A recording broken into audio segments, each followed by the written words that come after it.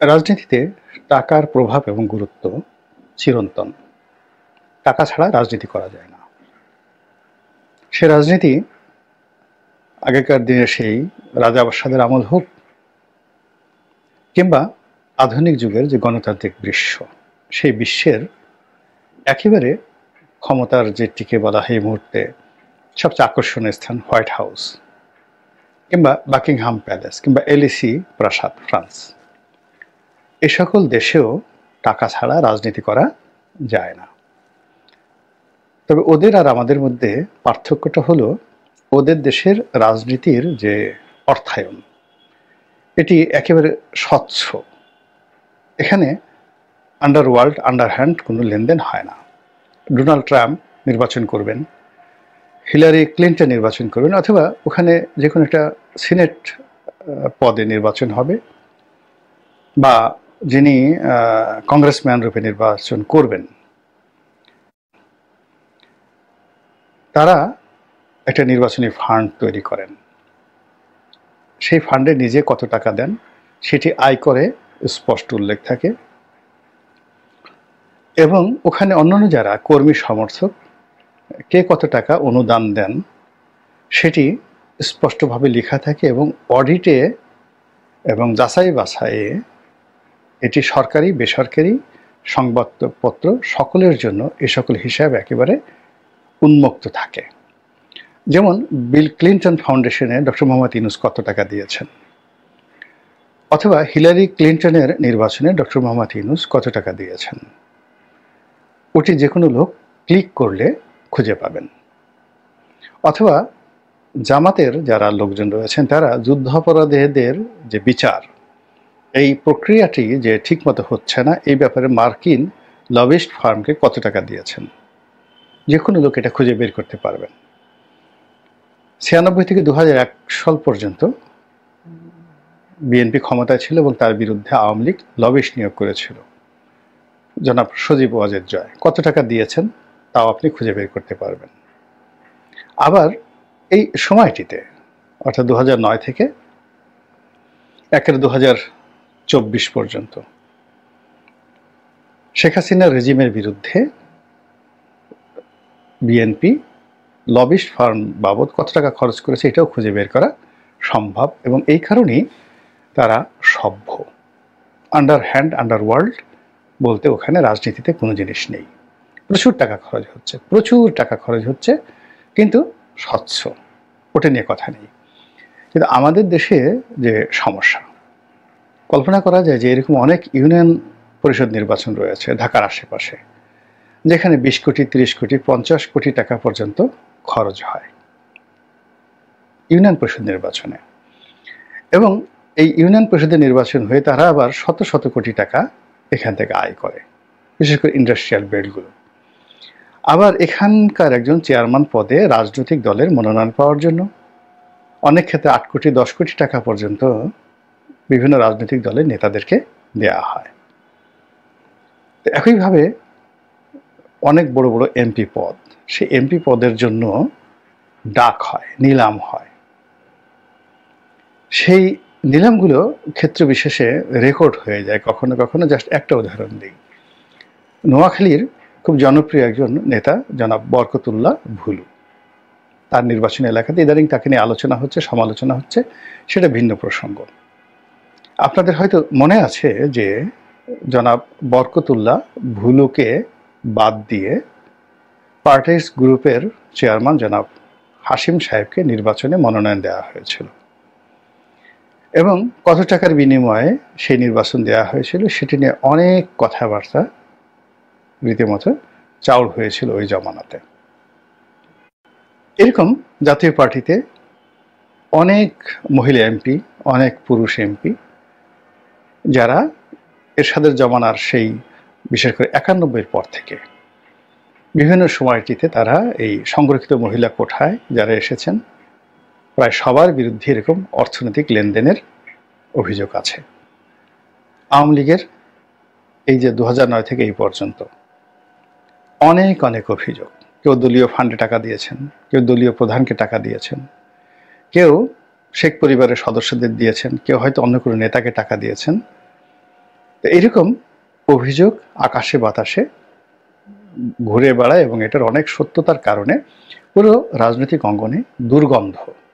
এখানে সাধু সন্ন্যাসী গেলে মুহূর্তের মধ্যে দানবে পরিণত হয়ে যায় এবং এখানে বুঝি মানে একজন যাকে বলা হয় যে ধর্মপরায়ণ মানুষ যদি মন্দ জায়গাতে ঘোরাফেরা করেন, আমি বললাম না দুর্গন্ধময় এলাকা দিয়ে যান, তার আতরের গন্ধ যেভাবে ম্লান হয়ে যায়, তার নুরানি চেহারায় যেখানে অপবিত্রতার ছাপ এসে যায়, তদ্রূপ এই রাজনৈতিক অঙ্গনটা এইভাবে কলুষিত হয়ে গেছে।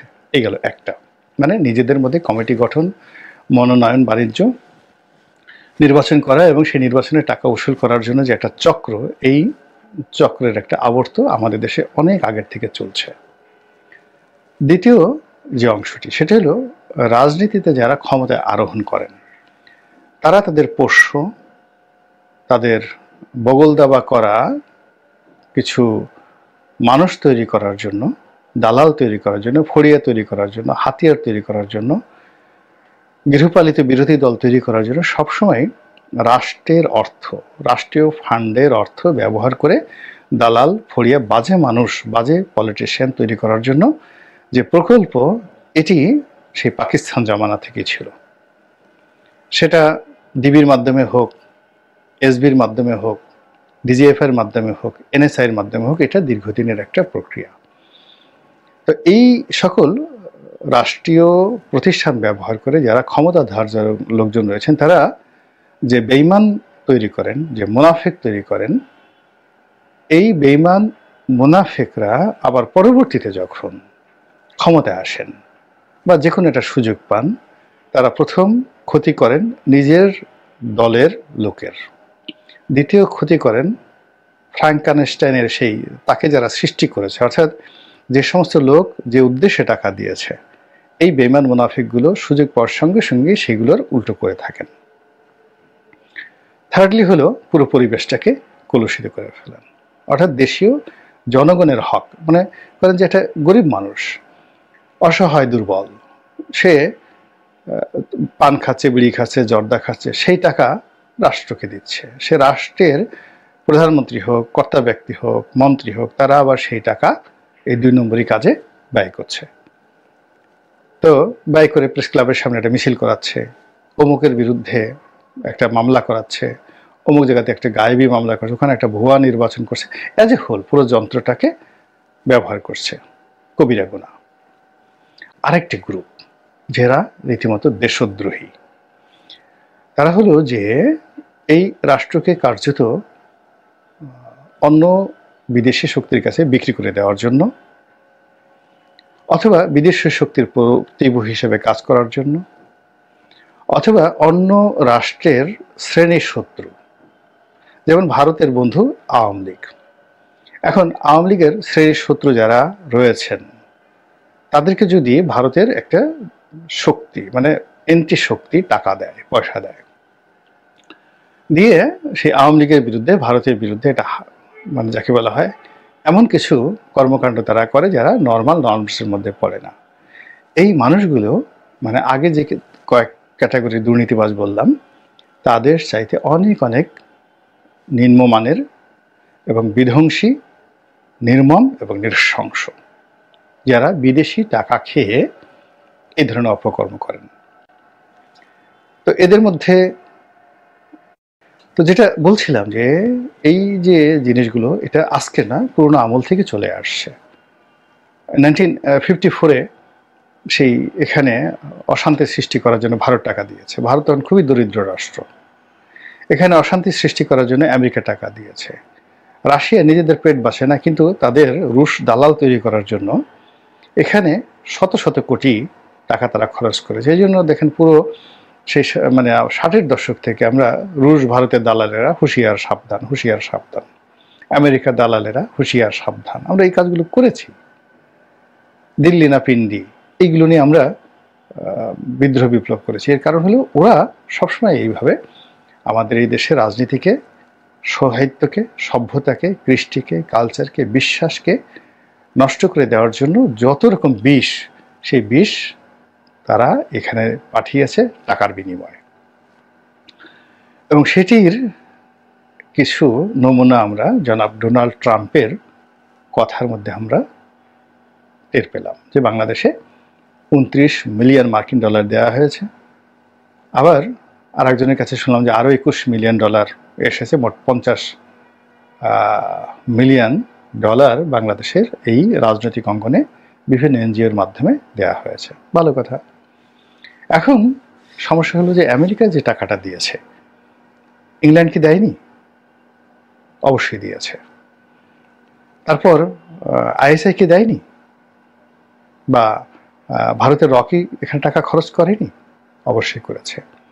আবার যারা টাকা খরচ করে তারা কি এই দেশ থেকে টাকা নিয়ে যায়নি? অর্থাৎ আমেরিকা যদি এখানে 50 মিলিয়ন ডলার দিয়ে থাকে, সে 5 বিলিয়ন ডলারের স্বার্থ এখান থেকে নিয়ে নিয়েছে। আপনি চিন্তা করেন 11 সময়টিতে আমাদের সব মিলিয়ে বোধ হয় সেই বেগম জিয়া যখন গেলেন 5 বিলিয়ন বা 5.5 বিলিয়ন ডলার আমাদের রিজার্ভ ছিল সেই 2006 সালে। 11 সরকার যখন এলো তখন একটা ডিলে 4.5 বিলিয়ন ডলারের বোয়িং, এই যে এখন যে ড্রিম লাইনের যে প্লেনগুলো সবগুলো বাংলাদেশে তারা বিক্রি করে গেল। যেখানে ফান্ড আছে, টাকা ফরেন রিজার্ভ আছে 4.5 বিলিয়ন, মানে 5.5 বিলিয়ন ডলার, সেখানে 4.5 বিলিয়ন ডলার দিয়ে আমরা আমেরিকান বিমান কিনেছি।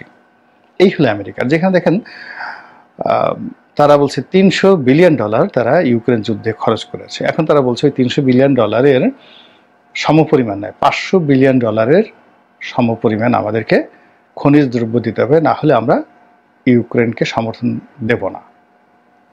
এই হলো পশ্চিমাদের কর্মকাণ্ড।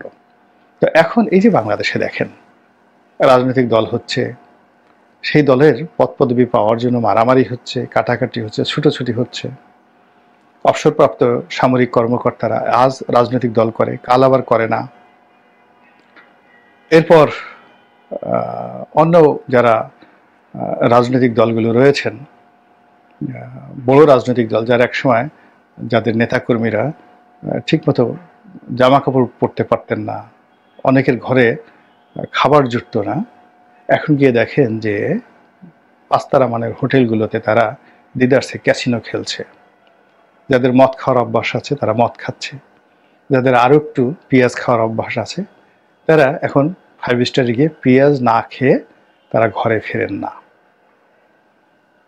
এবং তাদের যে চেহারা এবং জৌলুস, এটা দেখলেই বুঝতে পারবেন যে বাংলাদেশে ডলার উঠছে।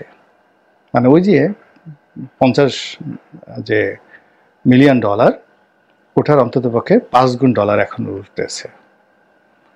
আওয়ামী লীগ জমানায় ভারত যে টাকা খরচ করেছে তার চেয়ে বেশি টাকা এখন খরচ হচ্ছে।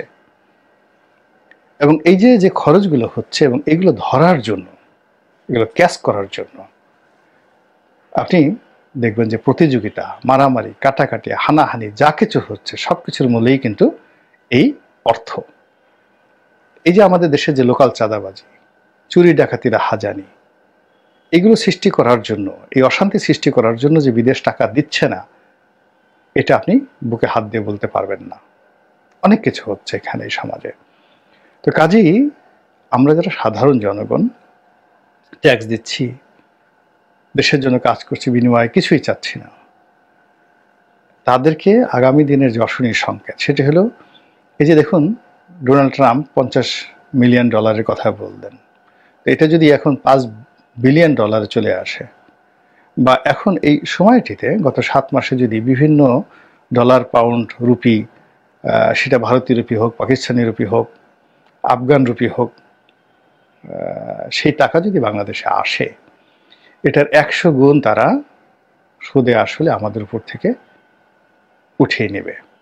আর এই টাকায় এখন যারা লাফালাফি করছেন, এই টাকা ধরার জন্য যারা গুতগুতি করছেন, কামড়াকামড়ি করছেন, মারামারি করছেন, লাঠালাঠি করছেন, আপনারা এবং আমরা যদি এই বিষয়গুলিকে ঘৃণা করতে না পারি এবং এদের ব্যাপারে যদি আমরা সতর্কতা অবলম্বন করতে না পারি, তাহলে যা হয়, আপনি যে মহল্লায় থাকেন সেই মহল্লার নিকৃষ্ট প্রাণীগুলো যদি পাগল হয়ে যায়, আপনি নিশ্চিত থাকতে পারেন যে আপনাকে জলাতঙ্ক রোগে আক্রমণ করবে, আপনি এর থেকে রেহাই পাবেন না।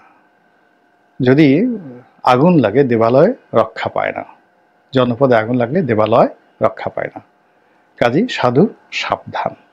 সবাই সতর্ক হন, ভালো থাকুন, ভালো কাজকে ভালো বলুন, মন্দ কাজকে